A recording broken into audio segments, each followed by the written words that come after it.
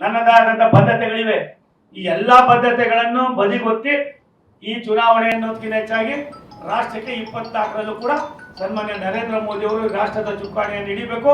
ತನ್ಮೂಲಕ ಭಾರತವನ್ನ ಬೇರೆ ಬೇರೆ ರಾಷ್ಟ್ರಗಳಿಗೆ ಮುಂಚೂಣಿಯಲ್ಲಿ ಕೊಂಡೊಯ್ದು ನಂಬರ್ 1 ಭಾರತವನ್ನಾಗಿ ಮಾಡ್ತಕ್ಕಂಥ ಅಭಿವೃದ್ಧಿಯನ್ನು ಕಾಣ್ತಕ್ಕಂಥಕ್ಕೆ ಅವಕಾಶವನ್ನು ಕಲ್ಪಿಸಬೇಕು ಅನ್ನೋ ಒಂದು ದೃಢವಾದ ನಿಶ್ಚಲವಾದ ತೀರ್ಮಾನವನ್ನ ಎಲ್ಲ ಕಡೆಯಲ್ಲೂ ಕೂಡ ನಡೀತಾ ಇದೆ. ಇಂಥ ಕಾರ್ಯಕ್ರಮಗಳನ್ನು ಮಾಡುವಾಗ ನಿಮ್ಮ ದೂರದೃಷ್ಟಿಯ ಚಿಂತನೆ, ನಿಮ್ಮ ಒಡನಾಟ, ಸೋಮಣ್ಣ ನಿಂತ ನೀರಲ್ಲ ಅನ್ನೋದನ್ನ ಪದೇ ಪದೇ ನಾನು ಮಾತನಾಡ್ತಾನೆ ಇರುವೆ. ಸೋಮಣ್ಣ ನಿಂತ ನೀರಲ್ಲ ಅರಿಯೋ ನೀರು. ಜೀವನದಲ್ಲಿ ನಾನು ಯಾವತ್ತೂ ಎಡವಟ್ಟು ಮಾಡಿದೋ ನಾನು ಶಿವಕುಮಾರಣ್ಣ, ಇಲ್ಲೇ ಇದ್ದಾನೆ ನಮ್ಮ ಬಸಣ್ಣ, ನಾವೆಲ್ಲ ಒಂದೇ ತಾಲೂಕಿನವ್ರು.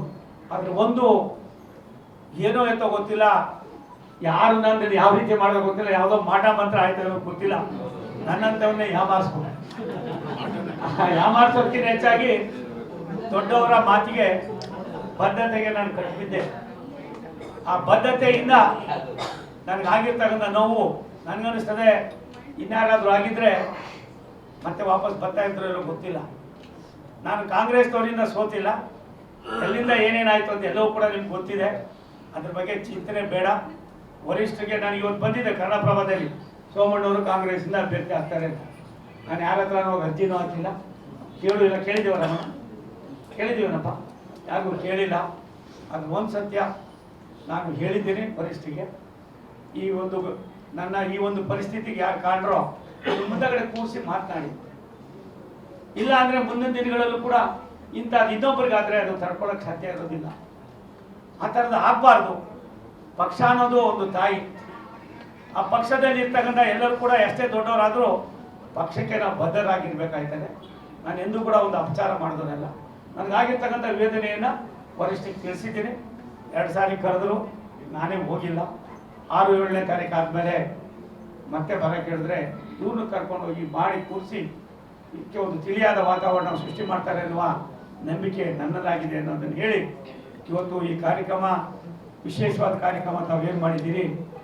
ಈ ಸೋಮಣ್ಣ ಪ್ರತಿಷ್ಠಾನದ ಕಾರ್ಯದರ್ಶಿಗಳಾದ ಪಾಲೇಕರ್, ಇವ್ರಂತರ AK-47 ಇದ್ದಂಗೆ, ಯಾರಿಗೂ ನನಗೂ ಬಿಡಲ್ಲ, ನಮ್ಮ ಅಪ್ಪನಿಗೂ ಬಿಡಲ್ಲ.